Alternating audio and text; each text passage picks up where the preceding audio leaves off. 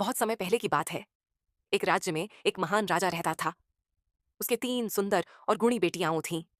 राजा अपनी बेटियों से बहुत प्रेम करता था, परंतु एक दिन उसके मन में यह जानने की जिज्ञासा उठी, मेरी तीनों बेटियों में से कौन मुझे सबसे अधिक प्यार करती है? राजा ने तीनों को दरबार में बुलाया और पूछा, बेटियों, बताओ, तुम मुझे कितना प्यार करती हो? सबसे बड़ी बेटी बोली, पिताजी, मैं आपको सोने चांदी से भी अधिक प्यार करती हूँ।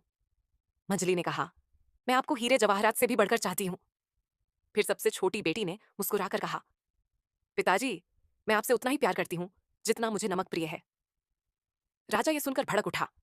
उसे लगा कि नमक जैसी तुच्छ वस्तु से उसकी तुलना करना उसका अपमान है। गुस्से में आकर उसने छोटी बेटी को राज्य से निकाल दिया। बेचारी राजकुमारी रोती हुई जंगल में भटकती रही। तभी उसकी मुलाकात पड़ोसी गांव के एक धनवान व्यापारी से हुई। व्यापारी ने उसकी कहानी सुनी और उसकी भलमनसाहत से प्रभावित हुआ। दोनों धीरे धीरे एक दूसरे के करीब आए और विवाह कर लिया।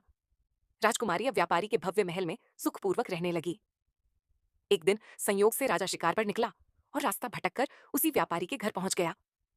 व्यापारी ने उनका आदर सत्कार किया, लेकिन किसी ने पहचान बताने की कोशिश नहीं की।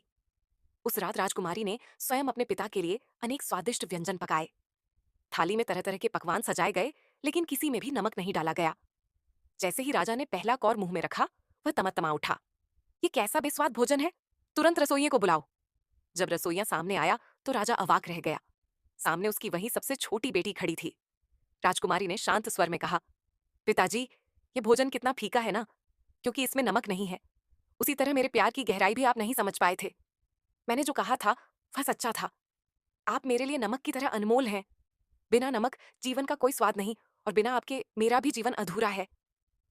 राजा की आंखों में आंसू भर आए। उसने बेटी को गले लगाकर माफी मांगी और वचन दिया कि अब कभी उसके प्यार पर शक नहीं करेगा।